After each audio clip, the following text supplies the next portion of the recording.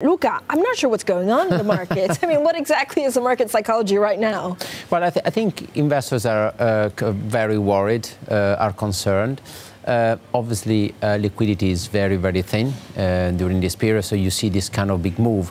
But I think the real concern is that for global growth, and any time though the markets fall quite a lot, there are still quite a few investors out there that believe they were still in a bull market and they want to buy it. So I think that's why there is this kind of these two opposite forces, and I think that creates a lot of volatility, especially at this time of the year. If you look at the volatility, is that the name of the game for 2019, or do you think settle from here? Well, I think, we cannot see this kind of volatility probably for next year, but I think the trend is for higher volatility. I think the market is going to be very challenging. We know that global growth is weakening.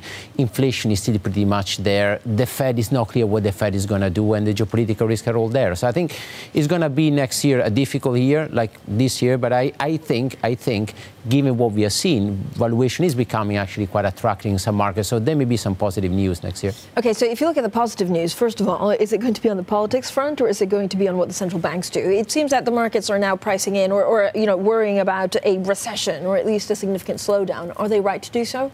I think it's too early. I think I personally believe that the probability of a U.S. recession in 2020 is quite high.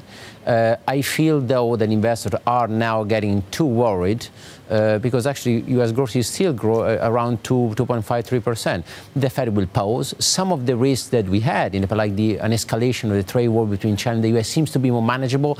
So I feel that actually at the margin, some of the risks are actually getting better, not worse. Okay, why are the markets not seeing it? Or is this why they're kind of jumping around? Because they're seeing that things are getting a little bit rosier?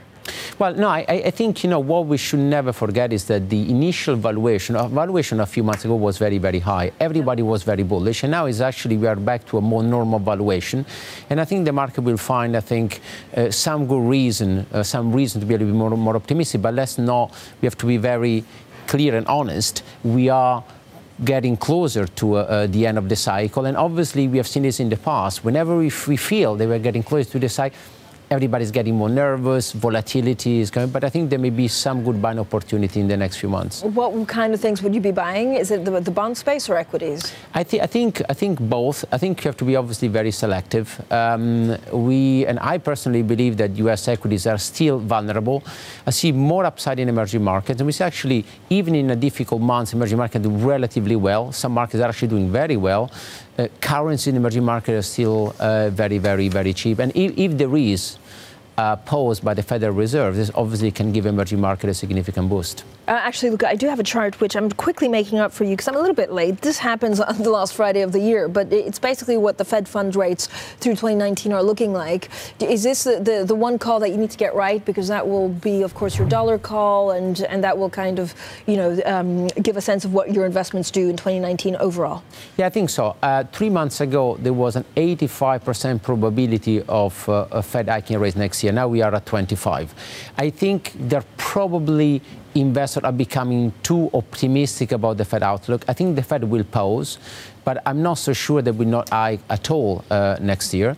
I think in general, and what is my view, that we are putting too much emphasis on the Federal Reserve and monetary policy. At the end of the day, also this kind of correction was triggered by worries about global growth and also U.S. growth. And as long as U.S. growth is going to be fine, I think the Fed will probably hike, but it's not going to be a big problem for markets. It's really, for me, it's all about U.S. growth and global growth. And the Fed is obviously playing a role, but it's not the most important actor. Look, when you look at some of the repricings, either in Treasury or German bonds, when does German bonds happen? I feel like we've been talking about it for the last 14 months. Yeah, every time, every year we say, okay, German bond yield can only go up because they are too low. And actually, we are at 0.25.